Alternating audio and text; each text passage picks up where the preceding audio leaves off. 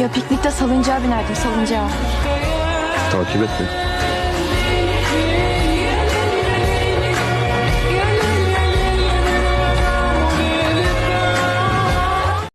Assalamualaikum warahmatullahi wabarakatuh. Alhamdulillahirabbil alamin. Wassalatu wassalamu asrofil anbiya'i wal mursalin sayyidina wa maulana Muhammadin wa ala alihi washabihi ajmain. Amma ba'd. Yang saya hormati Bapak Irfan Afandi SPDI selaku guru mata pelajaran Pendidikan Agama Islam. Dan tak lupa juga yang saya sayangi teman-teman kelas 10B. Pertama-tama kita panjatkan puja dan puji syukur kehadirat Allah Subhanahu wa taala yang telah memberikan kita kesempatan dan kesehatan untuk kita semua. Tak lupa pula kita sentiasa curahkan sholawat serta salam kepada junjungan kita, Nabi besar, Nabi agung, Nabi Muhammad SAW. Perkenalkan, nama saya Dian Lilis Sinawati, absen 13, kelas 11B, yang akan menjelaskan tentang kesabaran dalam menuntut ilmu. Kesabaran atau dharana merupakan sikap menahan emosi dan keinginan, serta sikap bertahan dalam situasi sulit tanpa mengeluh. Terkadang kita merasa dalam hidup mudah sekali untuk menyerah. Terlebih lagi ketika kita melalui proses menuntut ilmu. Orang-orang yang menuntut ilmu sejatinya memiliki kesabaran yang setinggi langit, seluas samudra, sesejuk angin, dan sehangat sinar matahari yang menyinari perut bumi. Seperti halnya dengan kisah Nabi Musa dan Nabi Khidir yang diceritakan dalam surat Al-Kahfi ayat 60-82. Nabi Musa diketahui sedang melakukan perjalanan jauh yang menuju laut. Di tengah perjalanan, Nabi Musa bertemu dengan seseorang yang dirahmati oleh Allah Subhanahu wa taala, yaitu Nabi Khidir. Nabi Musa ingin menjadi murid Nabi Khidir. Lalu Nabi Khidir menjawab, "Jika kau ingin melanjutkan perjalanan denganku, maka kau harus sabar denganku." Di perjalanan, Nabi Khidir dan Nabi Musa menaiki sebuah perahu kecil. Namun, di tengah-tengah perjalanan tersebut, Nabi Khidir melubangi perahu tersebut. Perahu yang dilubangi akan membahayakan keselamatan yang menumpanginya, karena akan menenggelamkan perahu tersebut dan membahayakan orang yang menaiki perahu tersebut. Nabi Musa pun bertanya-tanya mengapa Nabi Khidir melakukan hal tersebut. Namun Nabi Khidir hanya mengingatkan kepada Nabi Musa, "Janganlah bertanya sebelum aku menjelaskan secara langsung kepadamu." Di perjalanan selanjutnya, Nabi Khidir tanpa alasan membunuh seorang anak. Nabi Musa pun bertanya-tanya mengapa Nabi Khidir melakukan hal mungkar tersebut.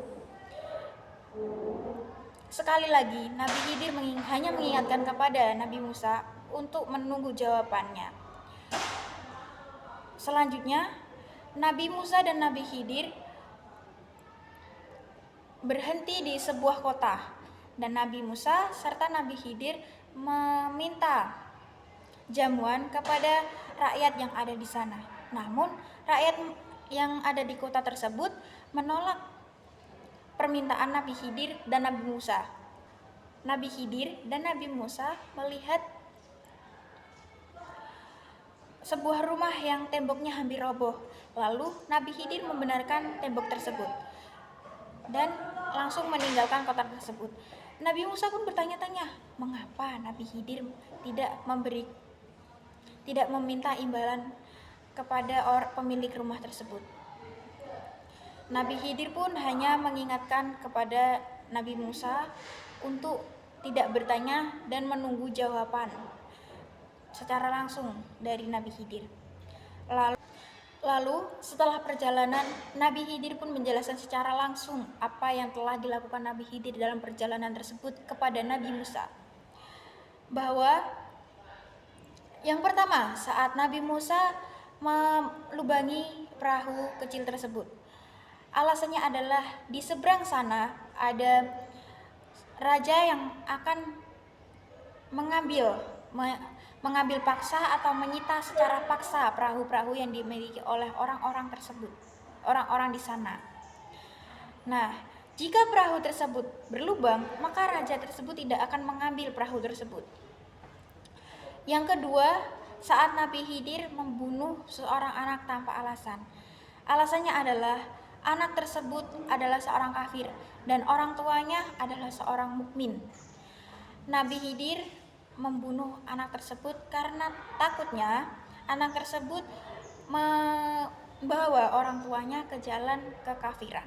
Lalu yang ketiga, alasan mengapa Nabi Khidir tidak meminta imbalan kepada orang yang telah beliau bantu, karena menurutnya pemilik rumah tersebut adalah anak yatim yang ayahnya merupakan orang yang soleh. Di dalam rumahnya terdapat harta benda yang disimpan untuk anak tersebut menjalani hidupnya. Jika rumah tersebut roboh, maka harta benda yang ada di sana akan diketahui oleh orang-orang. Karena anak yatim yang ada di sana masih kecil dan tidak bisa melawan begitu banyaknya orang jika harta benda tersebut direbut oleh orang-orang. Nah, dari sini kita belajar bahwa ingin mengetahui sesuatu atau mengejar ilmu, menuntut ilmu butuh kesabaran. Nabi Musa harus bersabar ketika ingin mengetahui sesuatu. Sabar menuntut ilmu juga perlu untuk semua orang, karena menuntut ilmu adalah proses. Menuntut ilmu tidak hanya dilakukan dalam beberapa tahun, tapi dalam selama hidup kita yang kita jalani seumur hidup. Menuntut ilmu tidak memandang berapa umur kita, seberapa bisa kita, dan kemampuan kita. Maka menuntut ilmu harus memiliki jiwa yang sabar, jiwa seseorang yang sabar, seluas lautan, setinggi langit, sehangat sinar matahari yang menyinari bumi. Sekian penjelasan dari saya. Mohon maaf jika ada kesalahan kata maupun perbuatan saya. Saya mohon maaf sebesar-besarnya. Wabillahi taufiq wal hidayah, waridha wal inayah. Wassalamualaikum warahmatullahi wabarakatuh.